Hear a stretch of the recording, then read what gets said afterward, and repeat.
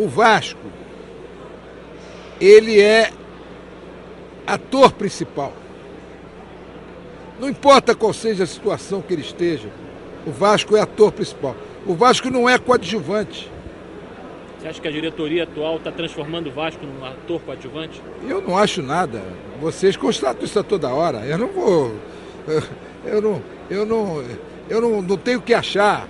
Eu tenho que, com tristeza, constatar que o Vasco virou um mero coadjuvante. Não tem solução. Isso não tem solução. O Vasco precisa de ter gente à frente que comande os seus destinos, que tenha esse tipo de visão e que se interesse por isso. E essa é a solução.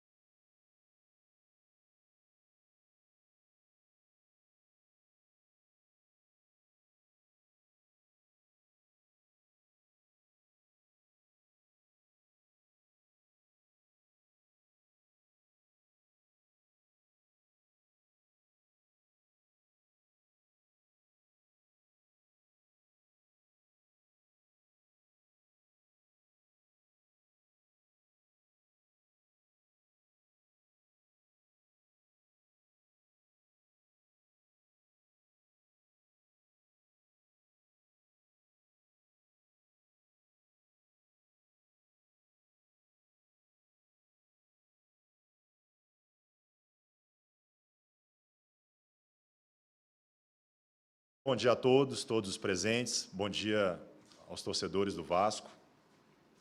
Eu gostaria de falar algumas palavras antes de abrir para as perguntas dos jornalistas que aqui estão,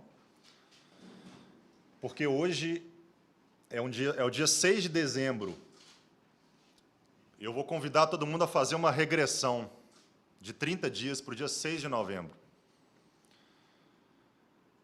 Agonia, angústia, medo. Como é que todo mundo estava no dia 6 de novembro, véspera do jogo do Ituano? Todos esses sentimentos que foram pregressos a esse jogo foram eliminados logo após o final da partida. Então, eu abro com esse regresso de 30 dias, onde começou uma nova era do Vasco, que todos estavam angustiados, agoniados, com receio, com medo do futuro. E marco mais 3 datas a partir daí.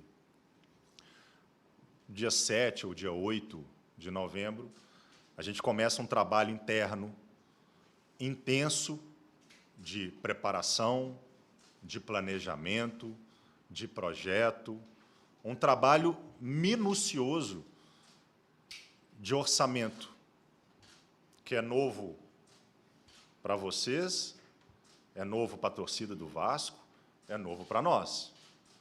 Eu nunca me debrucei tanto sobre tantas linhas de um orçamento como fizemos agora. Por quê? É um novo modelo, é um novo negócio, é uma nova diretriz. O Vasco é um clube, hoje, com um investidor que exige, e exige de forma correta, por profissionalismo, um trabalho minucioso e detalhado de orçamento para o ano de 2023. Então, a segunda data depois desse regresso que a gente fez de 30 dias, é a data ali do dia 20, 21, 22 de novembro, onde eu tive a oportunidade de representar o Vasco na reunião presencial da 777, dos diretores esportivos, que ocorreu em Gênua, num dos clubes do nosso grupo. Foram 2, 3 dias dentro do CT do Gênua, com todos os representantes da parte do futebol dos clubes que compõem o grupo. E qual foi o objetivo dessa reunião?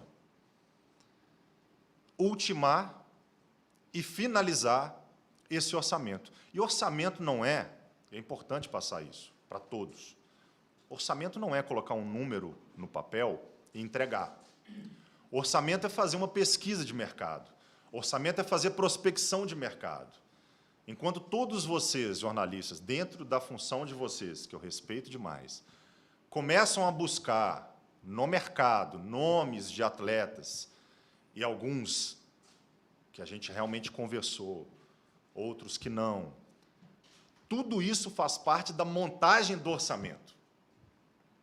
Tudo isso faz parte da definição do que a gente quer para o ano que vem, do número que a gente precisa, dos atletas que a gente vai agir como alvo. Então, essa reunião presencial, ela finaliza esse processo que começa logo após o nosso acesso à Série A. E é um orçamento difícil de fazer, porque é uma outra realidade do Vasco. São 2 anos de Série B. O Vasco não está indo para o 3º ano de Série A. Ele vai para o 1º ano de Série A e um 1º ano de Série A com uma SAF, com investimento, com nova realidade.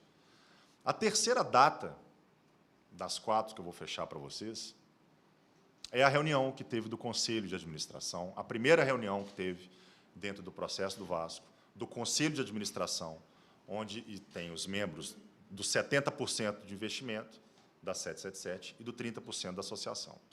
Nessa reunião, institucionalmente, todo esse trabalho feito foi chancelado. Então, nós estamos falando do dia 2 de dezembro, ao final do dia 2 de dezembro, onde houve uma chancela institucional desse orçamento, desse plano, desse projeto, desse profissionalismo. 4 dias depois, hoje dia 6, e aí eu fecho esse cronograma de datas, dia 6 de dezembro, hoje, eu estou aqui para conversar com vocês, para esclarecer as dúvidas e para anunciar, 1, o nosso diretor técnico e 2, o nosso treinador. A partir do dia de hoje, com o diretor técnico, nessa sequência, com o diretor técnico e com técnico, a gente vai começar a anunciar os jogadores. E o Vasco já tem jogadores contratados. O nosso diretor técnico vai ser o Abel Braga, uma pessoa com vasta experiência dentro do futebol, com uma identificação com o Vasco. Quando eu fiz o convite para o Abel se emocionou para me dizer algo que eu não sabia, que foi o clube que ele mais jogou como profissional da carreira dele. Um profissional que vai ser o elo entre a diretoria e o vestiário, e ele é mestre em vestiário. E nós vamos precisar, no ano que vem, de um mestre de vestiário para as competições que nós vamos disputar. E ele é esse mestre em vestiário. Importante, o Abel não será treinador do Vasco em nenhuma hipótese. Ele é diretor técnico. O nosso técnico para 2023 vai ser o Maurício Barbieri. Maurício Barbieri é um jovem que vem de 3 anos de um trabalho dentro do Red Bull Bragantino, um clube com viés empresarial, um clube com objetivos muito semelhantes em nível mundial com o Vasco, um treinador cujo modelo de jogo é o escolhido pelo Vasco para 2023, agressividade, verticalidade, dinamismo,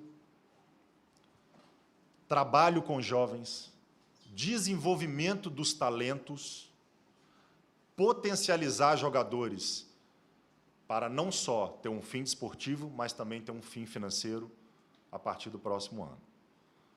Eu estou muito convicto da escolha do Barbieri, até porque ela veio com o suporte integral do grupo, em primeiro lugar, da 777, em primeiro lugar, e do diretor técnico, em segundo lugar. O Abel Braga participou ativamente da definição do Maurício Barbieri como técnico. Feito esses dois anúncios, eu abro para a pergunta de vocês e estou à disposição.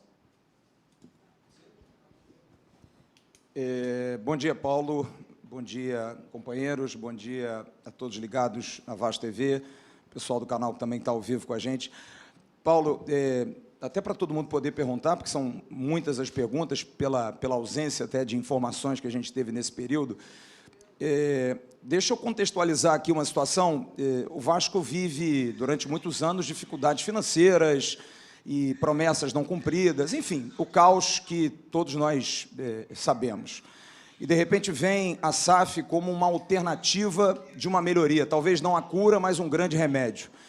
E se fala em igualdade de orçamento com o grande rival, protagonismo, você falou de uma nova era, e cria-se no torcedor uma expectativa de repente, não desmerecendo o Barbieri, por exemplo, não é um treinador de ponta no Brasil. Vem um treinador grande, vem um Marcelo Bielsa, vem um Galhardo, os nomes que são especulados. E a possibilidade de contratações de jogadores internacionais, jogadores mais caros, de prateleira alta, como se fala. E, de repente, faz-se o anúncio de um técnico que não é de prateleira alta, mas dentro de uma filosofia, e traz-se um treinador, um nome grande, que hoje vai ser um diretor técnico como o Abel, mas que a última passagem dele aqui não foi boa como treinador, ficou muito marcado. Eu acho que é importante que você diga ao torcedor do Vasco qual é o objetivo do Vasco em 2023 esportivo, baseado nessas escolhas. O Vasco briga para fazer um campeonato brasileiro bom, briga por Sul-Americana ou não, é se manter, o Campeonato Carioca vai ser laboratório, enfim, eu queria que você explicasse qual é o planejamento esportivo, baseado até nessa questão tática que você colocou aí, de modelo de jogo, o que a Vasco SAF, o que a 777 pensa em relação a planejamento e projeto esportivo para 2023. Obrigado. Vamos lá. Eu respondo só sobre o futebol do Vasco. Eu não respondo sobre a instituição e nem sobre o grupo. A sua pergunta, eu vou restringir ela ao futebol do Vasco. Você falou em caos. O Vasco era um caos. Esse caos acabou.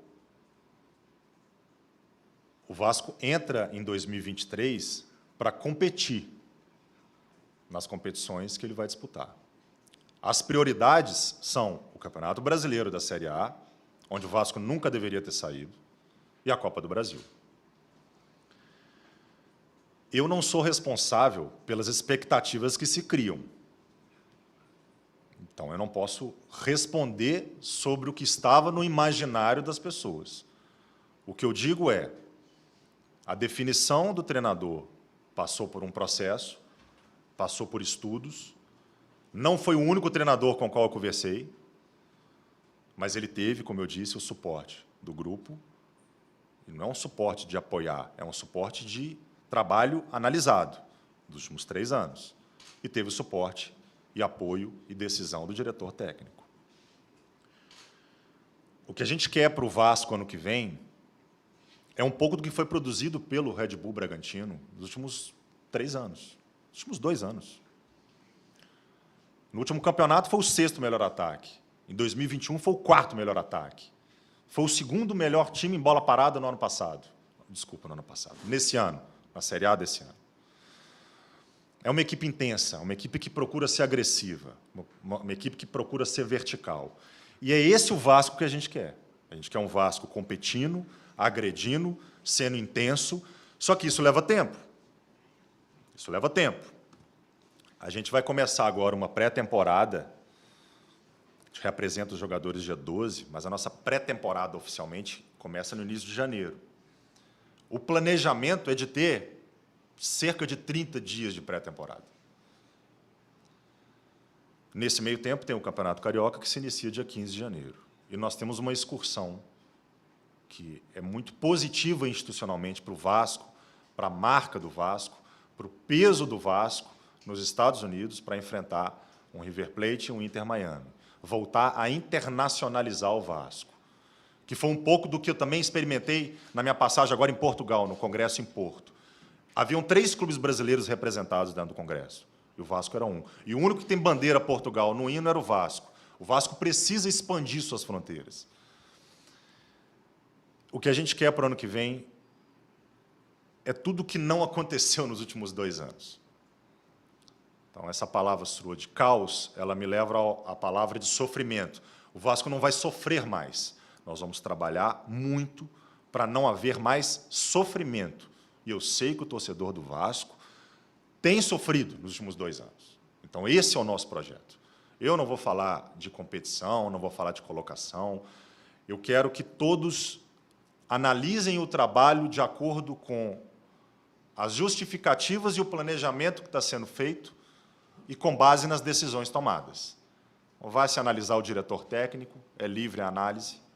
Eu não vou medir o trabalho dele como treinador no Vasco, estou medindo agora o trabalho dele como diretor técnico, é um cargo diferente,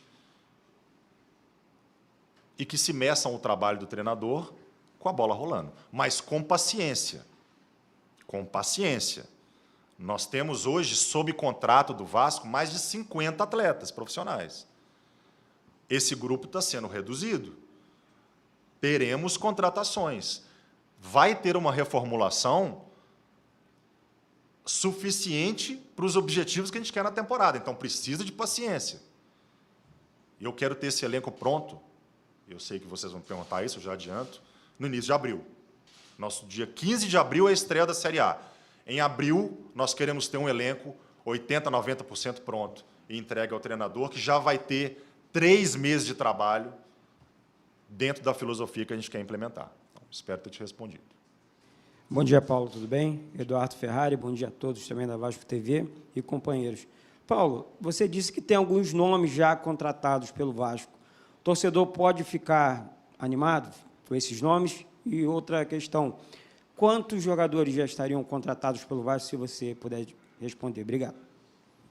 Eu vou ter que sair pela tangente nas suas 2 perguntas. Não vou te falar número, a gente vai começar a anunciar os jogadores que já estão contratados. Eu te falo que é mais de um, que eu falei no plural.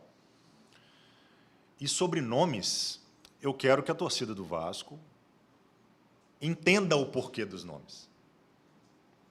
E toda vez que eu vier anunciar um jogador, ou vai sair matéria sobre o jogador, nós vamos explicar o porquê do jogador. Então, que se analisem com propriedade, com fundamento, com justificativa, e não com base num imaginário ou numa expectativa que se crie. Dentro do projeto nosso, de reformulação do elenco, de uma mudança de perfil do elenco, que é necessário, nós estamos saindo de uma Série B para uma Série A, eu quero que a análise seja uma análise real do que a gente pretende com esses nomes. Bom dia, Paulo, tudo bem? Bom dia. Vou ter umas 10 perguntas para fazer aqui, vou tentar fazer só 2 aqui. Enfim, sobre reforço, eu imagino que vocês vão anunciar ao longo da semana os jogadores que estão contratados, mas eu queria perguntar primeiro sobre Barbieri e Abel. Foram profissionais que você já trabalhou, até onde isso teve um peso na sua escolha. Acho que o Barbieri foi no América, né? O Abel foi no Inter.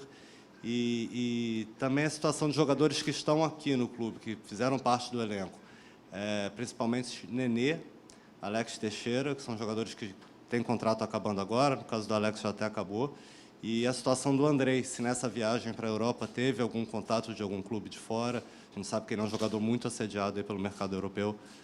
Obrigado. Vamos lá. Trabalhei com os dois em contextos diferentes. O Abel, tive a oportunidade de trabalhar com ele no Internacional, e ao lado dele a gente, por poucos minutos, não seria campeão brasileiro. Então, foi um trabalho que ele estava mais tempo do que eu, de um elenco que não foi montado por mim, e que a gente esteve muito próximo de uma glória que é ganhar um Campeonato Brasileiro.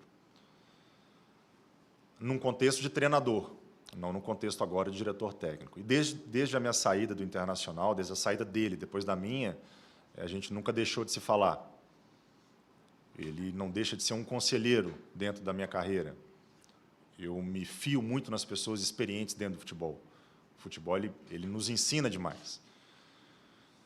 Já o Barbieri, se fosse analisar o trabalho meu e dele no América, a gente não estaria trabalhando junto de novo, porque não deu certo.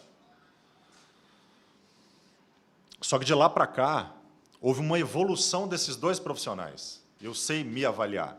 Eu tenho os meus defeitos e eu tenho minhas qualidades. E, sobretudo, eu tenho a capacidade de olhar para 2018, 4, 5 anos atrás, e ver qual profissional que eu era e qual profissional que eu sou hoje. Da mesma forma, o Barbieri. O Barbieri evoluiu muito como treinador, eu evolui muito como diretor executivo. E o que me dá a convicção de que o nome é um nome correto é essa análise das últimas 2, 3 temporadas, conjugado ao que a gente quer para o ano que vem. E essa dupla, eu quero também que a torcida e que vocês entendam como uma balança. O que um não tem de maestria, o outro tem. O que um outro não tem dentro de campo ou fora de campo, o outro vai completar. Eles se complementam. Eles se complementam. E isso pesou muito na escolha, para eu ter ali do meu lado, na parte técnica, que eu respeito muito a parte técnica, não sou treinador, não é a minha área de gestão, mas eu preciso ter ali do meu lado pessoas que vão se complementar. Vai ter cobrança entre eles, vai ter exigências altas entre eles, e eu estou muito satisfeito com essa dupla, com essa dobradinha, com esse trio, que eu estou no meio. Sobre os atletas, Alex, o contrato terminou no final de novembro, houve uma procura nossa para a renovação, ainda sem retorno. Hoje ele é um atleta livre, mas eu ainda aguardo o retorno dele. E vou respeitar a decisão que for tomada em relação ao Alex, a decisão dele. Nenê também foi feita uma proposta, e o Nenê quer me encontrar essa semana, eu acho que é justo eu encontrar com ele presencialmente, ele também estava viajando, ele foi para a Copa do Mundo, dentro do que a gente entende como perspectiva para o ano que vem, um atleta que contribuiu muito para o nosso acesso. Então, ele precisa receber esse tratamento meu, que é uma conversa pessoal, isso vai acontecer essa semana. Andrei, ao mundo todo que é o Andrei. Mas o André é do Vasco, o Andrei tem contrato conosco, um contrato forte, o Andrei deve ir para um Sul-Americano Sub-20. E eu não tenho como garantir o que vai acontecer com o Andrei. Eu gostaria muito que o Andrei ficasse conosco nesse ano, nesse projeto nosso de Série A. Mas é um atleta que, na prateleira do mercado, ele está sendo muito visado. Para isso, a gente trabalha em outros ativos dentro do clube, os que já estão aqui, os que virão do Sub-20, e os reforços que nós vamos trazer, alguns com esse viés de ativo, para o Vasco sempre ter atletas valorizados dentro do mercado e que nos entregue tanto dentro de campo como fora de campo. Bom dia, Brax. Thiago, TV Band, tudo bem? Não quero te colocar numa sinuca de bico, mas acho que Você não vai me colocar. Já colocando, não sei. O Josh, no ano passado, quando esteve no Brasil, ele foi assistir um Vasco e Flamengo no Maracanã. E naquela oportunidade ele disse que era o último Vasco e Flamengo em que o Vasco teria orçamento ou investimento menor do que o do rival. Eu acho que até por aí o torcedor criou uma expectativa. Acho que a partir dali o torcedor começou a criar uma expectativa, porque a gente sabe quais são os números do Flamengo hoje, o nível de orçamento. É mais ou menos isso que o Vasco pode esperar, o torcedor pode esperar para esse ano? É um orçamento maior ou igual ao do Flamengo? Não respondo porque o Josh fala. Quem sou eu para falar sobre o que o Josh manifesta? Então, não vou entrar nessa. O que eu te digo é que o orçamento nosso, não comparado com outros clubes, é muito maior do que o ano passado. É um orçamento condizente com uma Série A, um orçamento condizente para a gente ser competitivo numa Série A. É um orçamento que o Vasco nunca teve, são 2 anos de Série B, e acredito que nem na época áurea do Vasco, de Série A e de disputar títulos, ele tinha esse orçamento. E tão bem delineado como ele é hoje. só que eu não vou entrar em comparativo com nenhum outro clube, sobretudo o clube rival. Não vou entrar nisso. O dia que você estiver na frente do Josh ou de alguém representando o grupo, você faz essa pergunta. Não tenho como responder por ele. Bom dia, Paulo. Tudo bem? Sou o Deco, do canal Mário Coelho Vasco. Minha pergunta é sobre o planejamento. Tá?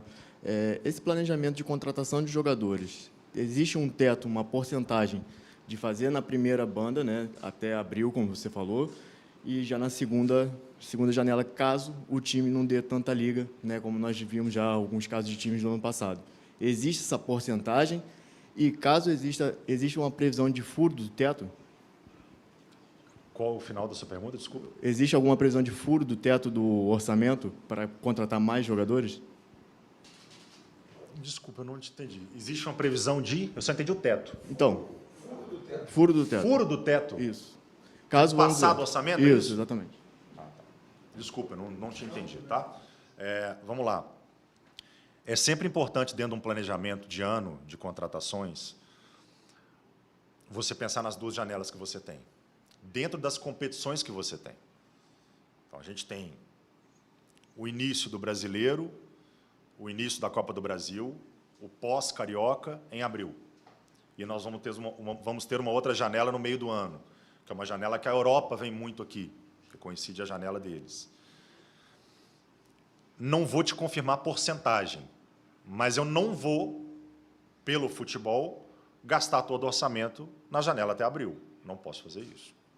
Não posso fazer isso. Então, eu tenho que deixar uma reserva para possíveis saídas, e eu quero que o Vasco esteja cada vez mais na prateleira alta, para despertar interesse, sim, dos clubes, porque se está despertando interesse, é positivo.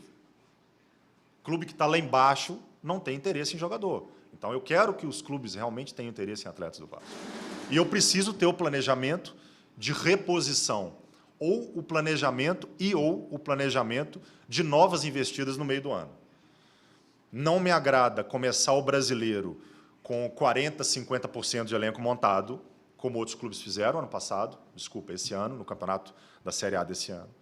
Me agrada ter um planejamento quase ótimo, ou otimizado, no sentido de otimizado, no início do Brasileiro, mas vou precisar agir na janela do meio do ano, que é uma janela que pode ser de correção de algo que deu errado, ou correção para cima de algo que dê certo e potencializar isso. E sobre o furo que você falou, do teto, o que o grupo nos permitiu é que, se entrar receitas novas, a gente pode investir. Então, acho que eu te respondo dessa forma, porque hoje eu tenho um número. Esse número ele não é estanque até o final do ano. Esse número pode sofrer alterações para cima, a depender das nossas receitas. Então, pode haver, sim. Bom dia, Paulo. Lucas Pedrosa, do SBT. Desculpa um pouquinho a voz. A minha pergunta é em relação, principalmente, a 3 jogadores, mas também entender o processo de contratação. A gente sabe que o Vasco tem um acerto muito grande, muito perto aí com o Júnior Urso. O Pedro Raul também foi um cara que já foi até contactado pela 777. E o Vasco já fez a proposta, queria saber como é que está esse panorama. E ao Wellington Rato, que a gente obteve a informação de que o Vasco já também entrou em contato com o Atlético Goianiense. E aí eu queria que você explicasse para o torcedor, Paulo, por favor, como é que é o processo de contratação? Qual é o passo a passo? Porque muito se falou aqui, no tempo que você esteve na Europa, sobre a demora do Vasco. E a gente conversa também com empresários diariamente, e a gente sabe que muitas vezes essa demora pode até atrapalhar, mas isso não significa, talvez, demora. E é por isso que eu queria saber de você como é que é o processo. O Paulo escolhe, o mapeamento é feito, depois leva para a 77, a 77 faz um recheck, ou isso já está definido. Queria que você explicasse esses 3 jogadores e como é feito o processo de contratação. Tá, vamos lá. Eu vou te dever a respeito dos nomes, vou ficar te devendo, não vou entrar em nomes. O jogador, quando ele estiver fechado com o Vasco, não necessariamente esses que você falou, ou outros que foram especulados, a gente vai anunciar. Tá? O processo de contratação, ele é uma pergunta complexa, mas eu não tenho problema em responder para vocês. Vamos lá. Ele passa primeiro pela carência. Então, se você tem, por exemplo, 3 laterais direitos dentro do seu elenco, você não precisa fazer movimento de contratação. Se você não tem nenhum, e hoje o Vasco não tem nenhum, estou usando o exemplo do lateral direito, porque hoje a gente tem o Léo Matos com contrato encerrando em dezembro, e que eu já tive uma reunião com ele, e ele não vai permanecer. Inclusive, procede que eu fiz um convite para ele para começar a carreira dele fora de campo, se assim ele desejar. E o Matheus Ribeiro vai para o CRB. E a gente tem hoje no elenco só uma expectativa do Paulinho, que é um projeto, mas que não está pronto profissional ainda. Então, como nós não temos um lateral direito, a gente precisa ir ao mercado para contratar o lateral direito. Então, ponto 1 é a carência. Ponto 2, o perfil desse jogador.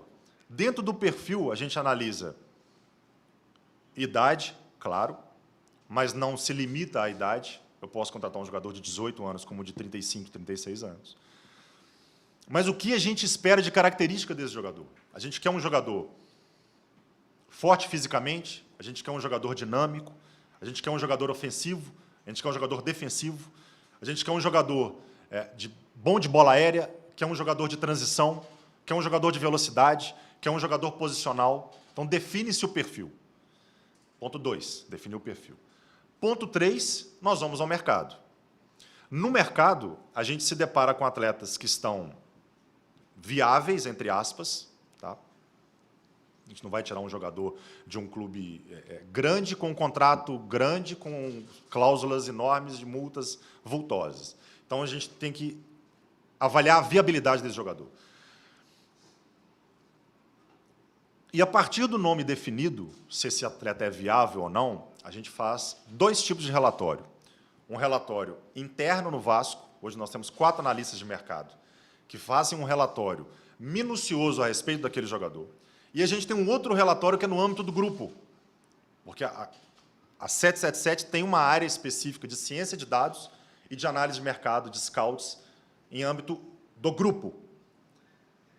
Esses 2 relatórios, eles são conjugados para se ter a aprovação do jogador. Então, seria o 4º ponto, a aprovação do jogador.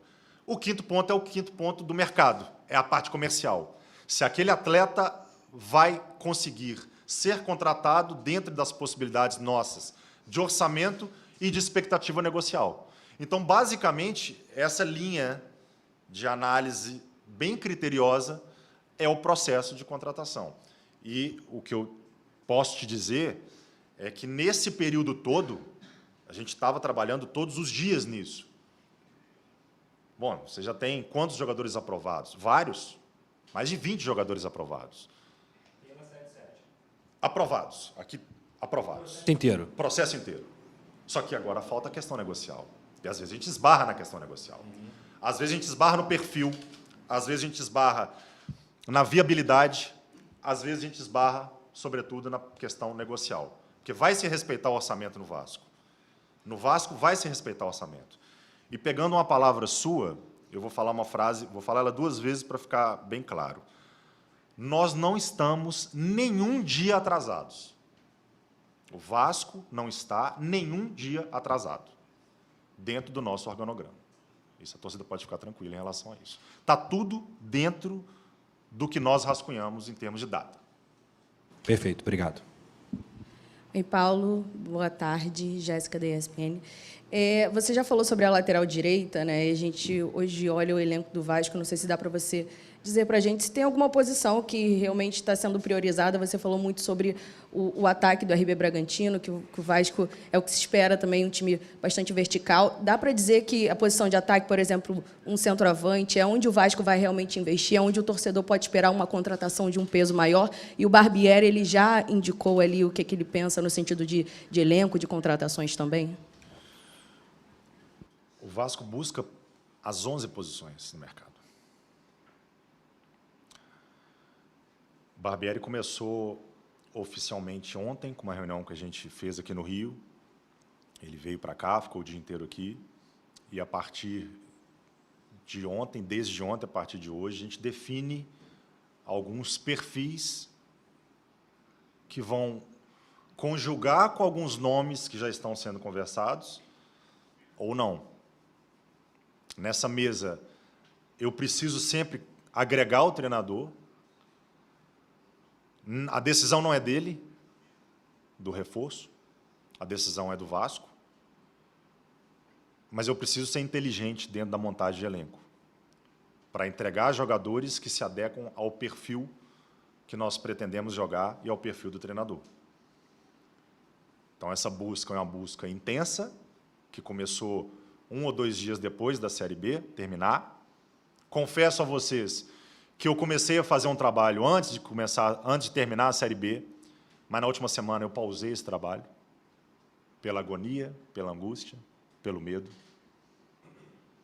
e retomei assim que a gente concluiu o acesso contra o Ituano. Então, a partir de ontem, hoje, a gente define alguns nomes que são em comum acordo, como eu falei com ele ontem, verde-verde. Eu tenho jogadores verdes já aprovados, vou precisar do verde dele, ou de uma composição entre nós. A gente vai montar um elenco competitivo, a gente vai montar um elenco que vai jogar de acordo com as tradições do Vasco. Então, para isso, eu preciso de mais uma cabeça pensando, e a cabeça do treinador ela é muito importante para mim, do diretor técnico também. Bom dia, Paulo, tudo bem? Matheus Guimarães, do Lance. Queria que você contasse para a gente como é que está o processo de renovação do Thiago Rodrigues, o Yuri Lara e o Edmar. E o Anderson, esses 4, tá? Vou acrescentar o Anderson. Esses 4 jogadores que você me perguntou, Thiago Rodrigues, Anderson Conceição, Edmar e Yuri, possuem uma cláusula de renovação automática no contrato este que não foi feito por mim. E esses 4 jogadores, eles só não vão permanecer se eles não quiserem permanecer. É isso. No último Vasco-Flamengo, no Carioca do ano passado, o Jorge esteve no jogo, falou que era a última diferença entre os 2 clubes, né, entre o Vasco e o Flamengo. Vai cumprir essa promessa de montar um time equivalente para disputar e vencer o Flamengo ou não? E a outra pergunta, o Alex Teixeira fica e o Nenê também? Vamos lá. Já respondi essas 2 perguntas, mas respondo novamente, sem problema. Eu posso pedir para a turma parar de falar de Flamengo, assim, geral? Vamos falar do Vasco. Vamos falar do Vasco. Esquecer o Flamengo um pouco. Eu não sou responsável pelo que o Josh fala, pelo planejamento do grupo em termos de orçamento, em termos de expectativa, em termos de projeto. Eu lembro que o Josh, na minha apresentação, ele fala de um projeto de médio e longo prazo. E eu me recordo que, logo após essa pergunta, me fizeram uma outra sobre planejamento para o ano que vem, e eu disse que não fazia planejamento para a Série B do ano que vem. O meu planejamento era único para a Série A. Então, a gente tem pontos que eu falo sobre o futebol e ele fala como investidor. Sobre atletas, esses 2 atletas que você citou receberam uma proposta de renovação do Vasco, com prazos diferentes. E ainda não temos a resposta e a definição, se eles vão permanecer ou não. Paulo, boa tarde, Dieguinho do canal Futebolaço. Paulo, vou até complementar um pouco da pergunta dos companheiros sobre essa questão do feeling do brasileiro, que o torcedor parece que está demorando muito. Eu acho que é um processo novo para todo mundo, para a imprensa, para torcedor, para os funcionários do clube, que é como trabalhar num clube-empresa. Acredito que foram criados mais processos, as coisas demoram um pouco mais, mas eu acho que também tem um pouco da cultura brasileira. E o brasileiro, de uma certa forma, ele está um pouco mais habituado a ter um pouco mais de justificativa, porque de uma demora, porque disso, porque daquilo. Eu acho que o processo ainda é muito novo e o torcedor está mais angustiado. Primeiro, que criou-se uma expectativa, depois de 20 anos, o clube não tinha expectativa de fato, ter um ano vindouro, e também demora muito tempo de vir algo a público. Gostaria de perguntar como deve ser o modus operandi do departamento de futebol. Vocês só vão falar de uma contratação de fato quando fechou? Como é que vai ficar essa comunicação do clube com a torcida ou com a imprensa? Porque a percepção que está se tendo um pouco é de que está algo frio. Está tudo sendo decidido entre a 777, o clube, e só quando tem um planejamento interno, fechou alguma coisa, vem a público. Tanto que hoje está fazendo um mês que acabou o Campeonato Brasileiro da Série B. Você mesmo disse que está tudo dentro do planejamento de vocês, mas, de certa forma, o torcedor não sabe qual é o planejamento da diretoria. Então, a minha pergunta é nesse sentido. Como é que vai ficar a comunicação com o torcedor? Acho que é importante esse processo de educação, de entender, até porque, por mais que o clube tenha um dono, a gente sabe que o torcedor no Brasil tem esse pertencimento de se achar dono do clube também. Então, esse era o ponto 1, sobre contratações. Um jogador que a torcida sempre almejou retornar um dia ao Vasco é o Paulinho, que chegou no Atlético Mineiro. O nome dele foi vinculado ao Vasco no período da Série B ainda. Ele fechou com o Atlético. De fato, houve uma consulta do Vasco, era um jogador que vocês tinham interesse, os valores não agradaram ou não. Depois da análise de vocês, foi um jogador descartado. E uma outra situação que eu gostaria de perguntar também. Tem como vocês passarem para a gente qual é o planejamento esportivo do Vasco? Você falou que vocês têm definido. O Vasco esse ano briga por quê? Por Libertadores, é um ano tranquilo nos 10 primeiros colocados. Qual é a visão do Campeonato Carioca? Vai ter uma temporada fora do Brasil? A ideia é só participar, usar de laboratório? Se eu pudesse detalhar esses 3 pontos para mim, obrigado. Vamos lá, o terceiro ponto foi a primeira pergunta que teve na coletiva, tá? Vou resumir. Nós vamos ser competitivos ano que vem. Nós vamos montar um elenco que o Vasco não vai sofrer mais, como sofreu nos últimos 2 anos no universo de Série B. Sua primeira pergunta. O Vasco não é Big Brother. Quando eu venho a público dizer para vocês, e sobretudo para a torcida do Vasco, desse cronograma de 30 dias, nós estamos passando o que está acontecendo nos últimos 30 dias de Vasco. A gente poderia nem passar. A gente poderia simplesmente trabalhar, que é o que a gente faz todos os dias. Mas acho pertinente e acho positivo explicar e justificar o que está sendo feito. E para dizer a frase que eu disse para o seu colega, não teve nenhum dia de atraso. É uma nova cultura? É uma nova cultura, é um novo modelo? Sim. Mas nós estamos em competição? Não. Nós estamos em dezembro, início de dezembro de 2022. Nosso primeiro jogo oficial é daqui a mais de 30 dias e no Campeonato Carioca.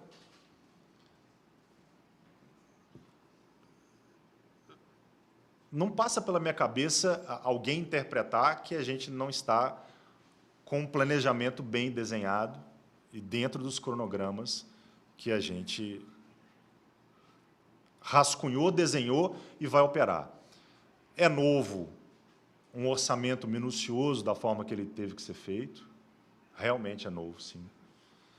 Mas é profissionalismo. É o que muita gente bate no futebol brasileiro há muitos anos, que a gente precisa de profissionalismo. E esse profissionalismo chegou no Vasco, desse projeto de médio e longo prazo. Uma nova realidade, uma nova era. E eu tenho certeza que daqui a um ano o torcedor do Vasco já não vai mais achar diferente esse planejamento.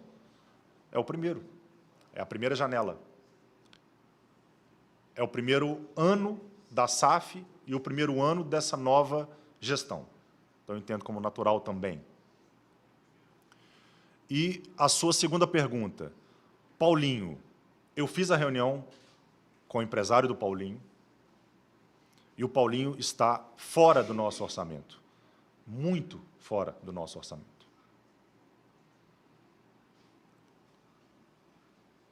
Próximo. Eu queria fazer mais uma. Posso?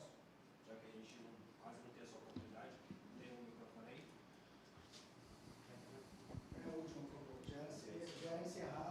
A gente quase não fala. Vamos lá, bora. Faz a última aí, bora. Não é 2 horas, a gente quase não fala. Bora.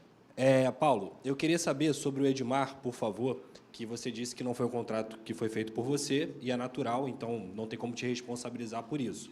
Mas a permanência dele é muito por conta desse contrato ou foi uma escolha de vocês? Eles têm uma renovação automática, não só o Edmar, mas esses 4 jogadores, eles têm uma renovação contratual automática. E renovação automática só se desvincula com um pagamento de uma indenização. É contrato. Então, não adianta aferir em relação a esse atleta se é uma iniciativa nossa ou uma iniciativa dele. Alguns atletas de renovação,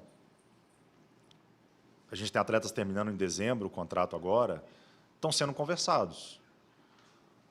Com esses 4 jogadores, a conversa ela é diferente, porque há uma previsão contratual. E repito o que eu falei para o seu colega. Esses 4 jogadores, pela questão contratual, só não ficam se eles não quiserem ficar. Fechou? Obrigado.